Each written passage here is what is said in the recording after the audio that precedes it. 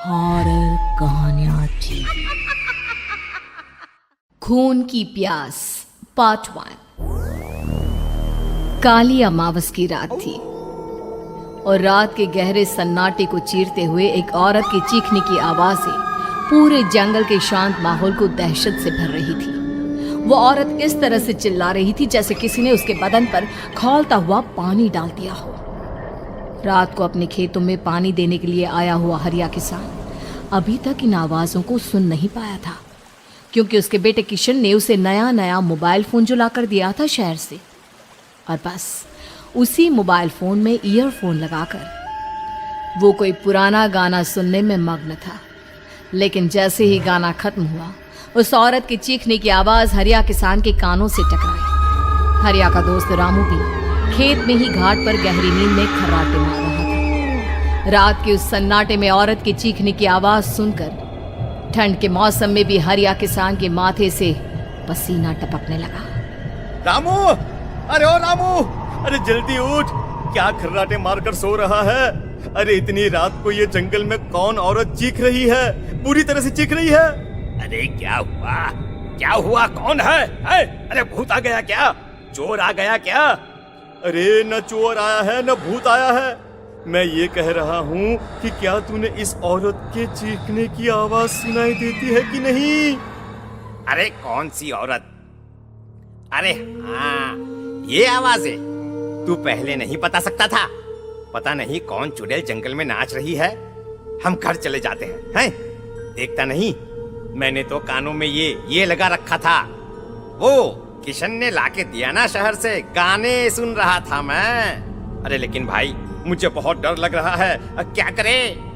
अरे करना क्या है? भागो यहाँ से। भगवान जाने कौन है और क्यों इतना चीख रही है। और उस औरत के चीखने की आवाजें और ज्यादा तेज होने लगी है। हरिया और रामू के पैर डर के मारे कांप रहे थे। डर की वजह से ना वो वहां पर रुक पा रहे थे और ना ही अपनी जगह से आगे बढ़ पा रहे थे। तभी अचानक से सन्नाटा छा गया। सही मौका है, हमें यहाँ से निकल लेना चाहिए भैया। रामू और हरिया अपना गमछा उठाकर दबे पैरों जंगल के रास्ते से गांव की तरफ चलने लगे।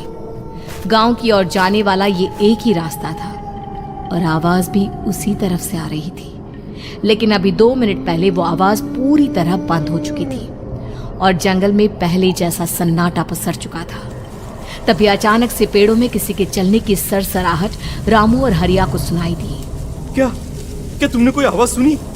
हाँ यार, ऐसा लग रहा है कोई इस तरफ ही आ रहा है। और तभी अचानक सामने पेड़ से एक साया रामू और हरिया के सामने उल्टा आकर लटक गया। ये देखकर रामू और हरिया की चीख निकल गई। वो दोनों डर के मारे बेहोश हो गए। वो साया जमीन पर आकर खड़ा हुआ। उसने रामू और हरिया के बालों को पकड़कर खींचना शुरू कर दिया। अब तुम गांव वालों में से कोई जिंदा नहीं बचेगा। मैं तुम सबको ले जाकर उस गड्ढे के नीचे दफन कर दूंगी। सबकी जान ले लूंगी। मैं किसी को नहीं छोड़ूंगी। अगली सुबह रामू की पत्नी कमला हरिया के घर आई और उसने हरिया की पत्नी सुमन से अपने पति के बारे में पूछा। सुमन, कल रात को ये तुम्हारे ही पति के साथ गए थे खेत पर, अभी तक लौट कर नहीं आए हैं। हाँ बहन, मैं भी वही सोचकर परेशान हूँ। मेरे पति भी अभी तक खेत से लौट कर नहीं आए। भगवान जाने क्या बात है, दोपहर होने आई है। अब तक तो उन दोनों को लौट कर आ जाना चाहिए था। क्या करे, कैसे पता करे कि वो दोनों कहाँ हैं? मेरा बेटा भी शहर गया हुआ है, वरना उसी को भेज देते खेत पर। बहन, मुझे लगता है कि हम दोनों को वहाँ जाकर अपने पतियों को ढूंढना चाहिए। ठीक कहती हो तुम, चलो मैं तुम्हारे साथ चलती हूँ। और वो दोनों जंगल के रास्ते खेत की तरफ आगे बढ़ती हैं। वहां जाकर देखती है कि हरिया और रामू आग जलाकर आग के ऊपर कुछ पकाकर खा रहे थे। आप यहाँ पार्टी बना रहे हैं और वहाँ घर पर हमारी जान सुखी जा रही थी कि कहीं कुछ हो तो नहीं गया? मुझे कुछ नहीं हो सकता। मैं कभी नहीं मर सकता, समझे तो? अरे तबीयत तो ठीक है। ये किस तरह की आवाज में बात कर रहे हैं आप? कुछ हुआ है क्या? कुछ नहीं हुआ। बस जोरों की भूख लग रही थी, इसलिए खाना बनाकर खा रहे थे। अच्छा, इतनी बदबू आ रही है, ऐसा क्या बनाकर खा रहे हैं आप? जरा हमें भी तो बताइए। अरे भाभी, क्यों परेशान हो रही हैं? मांस पकाकर खा रहे हैं। एक जंगली जानवर कल रात को खेत में आ गया था। हम दोनों ने उसे मार दिया और बस उसी का मांस पक रहा है। आप भी खाइए ना, बहुत बहुत ही स्वादिष्ट है। दिमाग खराब हो गया है क्या आप दोनों का? आप दोनों मांस कब से खाने लगे, और वो भी जंगली जानवर का? चलिए अभी कभी घर चलिए। चलेंगे चलेंगे, लेकिन पहले ये मांस तो खत्म कर ले। कुछ देर बाद रामू और हरिया कमला और सुमन के पीछे पीछे गांव की तरफ चल देते हैं। रामू और हरिया की आंखें पहले जैसी नहीं रही थी, उनमें कुछ बदल गया था। रामू अपनी पत्नी कमला के साथ घर चला जाता है और हरिया अपने घर आ जाता है। देखिए, आपने जो कुछ भी किया मैं उसके लिए आपको माफ कर देती हूँ, लेकिन आज के बाद ये रामू के साथ जाकर मांस पकाकर खाया ना, तो इस घर में घुसने नहीं दूंगी आपको। अरे दिमाग मत खराब करो, मैं वहां खाट पर लेटकर गाने सुन रहा हूँ, मुझे परेशान मत करना आप। इतना तमाशा खड़ा कर दिया, दोपहर तक घर लौटकर नहीं आए और अब गाने सुनने। लेकिन हरिया घर के बाहर आंगन में जाकर चुपचाप लेट गया और गाने सुनने लगा। गाने सुनते सुनते हरिया को नींद आ गई। सुमन ने उसके कान से ईयर प्लग हटाया और अपने आप से कहा, जरा मैं भी तो सुनकर देखूं, ऐसे कौन से गाने सुनते हैं। उधर मोबाइल में एक अजीब सा गाना बजने लगा।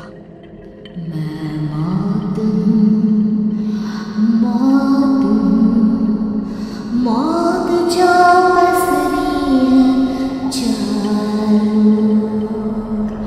जो आएगी कहीं से निगल जाएगी सबको। मैं मात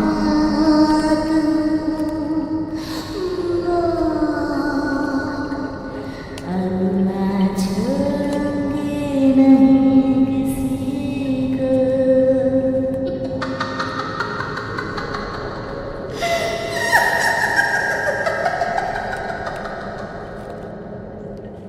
सुमन ने घबराकर मोबाइल फोन दूर रख दिया।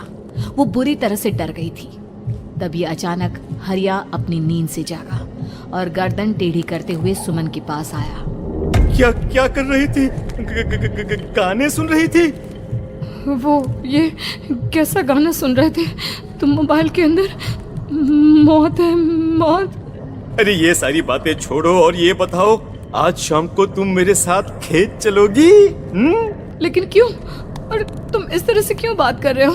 अपनी गर्दन सीधी रखकर बात करो ना। वो मेरी गर्दन में सोते सोते थोड़ा दर्द हो गया है। मेरे साथ आज खेत चलो ना। तुम्हारे साथ पूरी रात रहना चाहता हूँ। कैसी बात कर रहे हैं दिन दहाड़े? जरा भी शर्म नहीं आती क्या? अरे इसमें शर्माने वाली क्या बात है? तुम पत्नी हो मेरी। पूरी रात खेत पर रहता हूँ। मुझे भी तो तुम्हारे पास आने का हक है कि नहीं? अच्छा ठीक है, चलती हूँ आपके साथ खेत पर, लेकिन फिर उस रामू को मत बुलाना। अरे कैसी बातें कर रही हो? अगर तुम मेरे पास होगी तो मैं किसी को नहीं बुलाऊंगा, सिर्फ तुम और मैं और रात का सन्नाटा। शाम के वक्त हरिया सुमन को अपने साथ खेत पर ले जाता है। आसमान में चांद पूरी तरह से चमक रहा था। हरिया ने अपने खेत में बनी हुई छोटी सी झोंपड़ी के अंदर सुमन को अपने पास बिठा लिया और उसके बालों में हाथ फिराते हुए कहा, कितनी खूबसूरत हो तुम, बहुत सुंदर लग रही हो। एक चांद से भी ज्यादा सुंदर लग रही हो। ऐसी बातें मत करिए ना, मुझे शर्म आती है। अपनी आंखें खोलकर जरा मेरी तरफ तो देखो। अरे देखो तो सही। सुमन ने शर्माते हुए जैसे ही अपनी आंखें खोली, उसके होश उड़ गए। हरिया के बड़े बड़े दांत निकल आए थे और वो पूरी तरह से एक जानवर की तरह नजर आ रहा था। कौन हो तुम मेरे पति नहीं हो। कौन हो तुम? मुझे जाने दो। लेकिन हरिया ने सुमन के हाथ को कसकर पकड़ लिया। उसके नुकीले नाखूनों की वजह से सुमन के हाथ से खून बहने लगा था। बहुत दर्द हो रहा है, मुझे जाने दो। कौन हो तुम? क्या करना चाहते हो? वही जो एक आदमी एक औरत के साथ करना चाहता है, और उसके बाद मैं तुम्हें वहीं ले जाऊंगा जहां पर तुम्हारा पति है। क्या मतलब? क्या कहना चाहते हो? कहाँ है मेरा पति? जंगल के बीचों बीच उबलते हुए पानी के तालाब में, वहीं है तुम्हारा पति। चलो चलो, मैं तुम्हें उससे मिलवा देता हूँ, लेकिन उससे पहले तुम्हें मेरी प्यास बुझानी होगी। और इतना कहकर हरिया सुमन के ऊपर जानवरों की तरह टूट पड़ता है। आखिर कौन था वो जानवर, और क्या सुमन उसके शिकंजे से बचकर निकल पाई? जानने के लिए देखिए इस कहानी का अगला भाग।